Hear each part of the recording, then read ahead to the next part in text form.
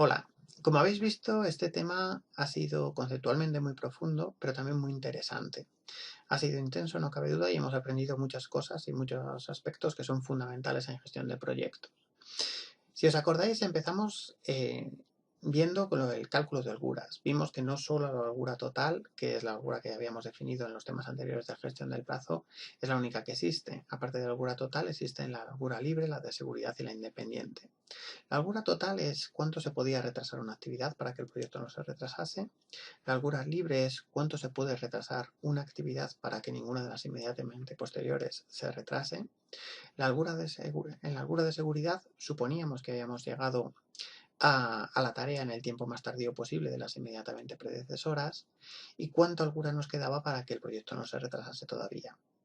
Y en la holgura independiente suponíamos la misma hipótesis que en la de seguridad, pero la cantidad de tiempo, lo que calculamos es la cantidad de tiempo que teníamos todavía para que ninguna de las posteriores se retrasase, las inmediatamente posteriores. Una vez que vimos eso, pasamos a tratar de estudiar el problema de los cálculos de tiempos como si fuese un problema de programación lineal. Ver el problema de este tipo nos permitía formalizar el problema y calcular el tiempo de finalización del proyecto sin ninguna dificultad. Lo único que nos iba a ocurrir es que cualquier solución en el que el comienzo de inicio de cada una de las tareas esté entre el start y el late time, pues nos iba a dar la solución correcta del tiempo de finalización del proyecto.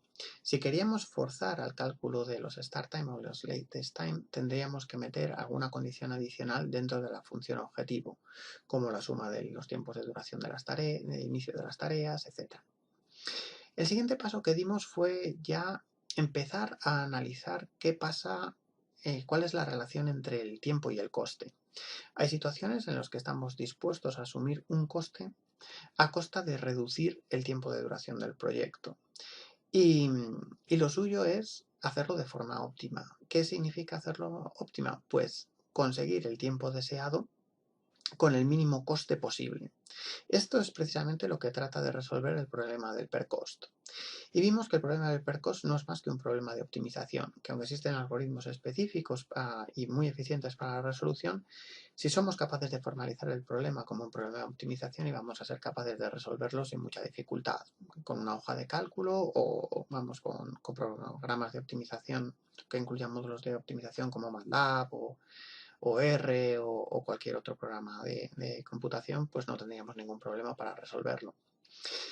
Además vimos que los costes que podemos tener en cuenta pueden ser de varios tipos. Pueden ser los directos, que son los directamente implicados en el per cost en términos de reducción. Los indirectos, que son normalmente proporcionales a la duración del proyecto. Y posibles penalizaciones si tenemos una fecha de entrega dada.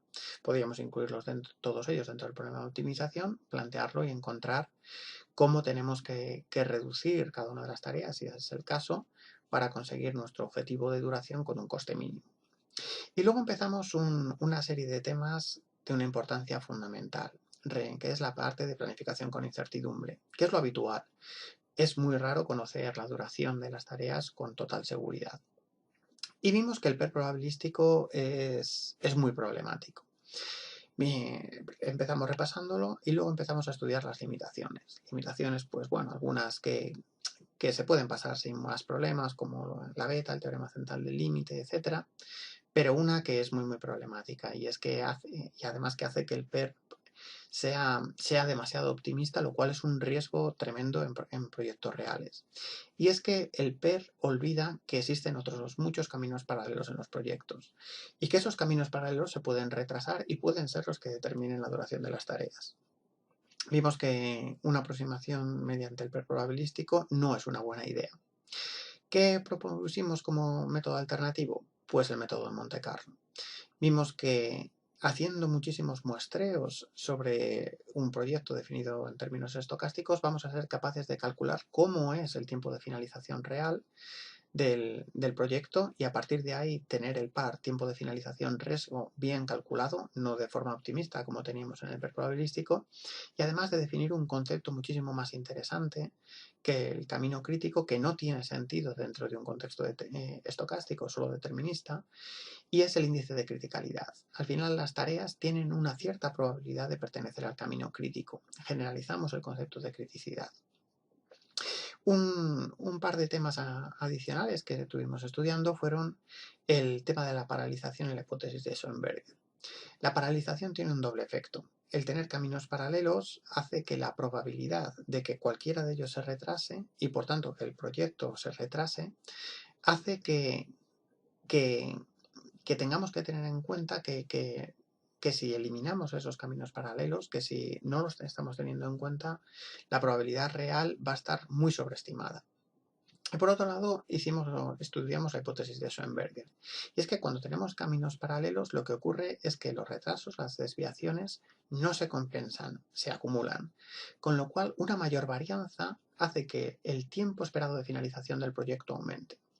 Para finalizar, estudiamos las reglas de compresión que se utilizan en redes estocásticas.